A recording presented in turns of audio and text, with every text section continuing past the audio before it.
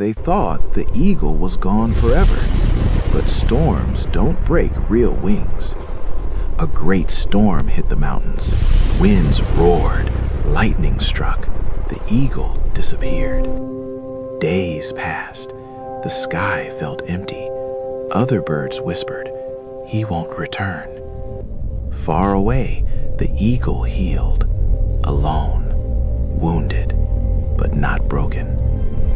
One sunrise, a shadow crossed the sky, stronger than before. He didn't shout. He didn't explain. He simply flew higher. Sometimes silence is preparation, not weakness.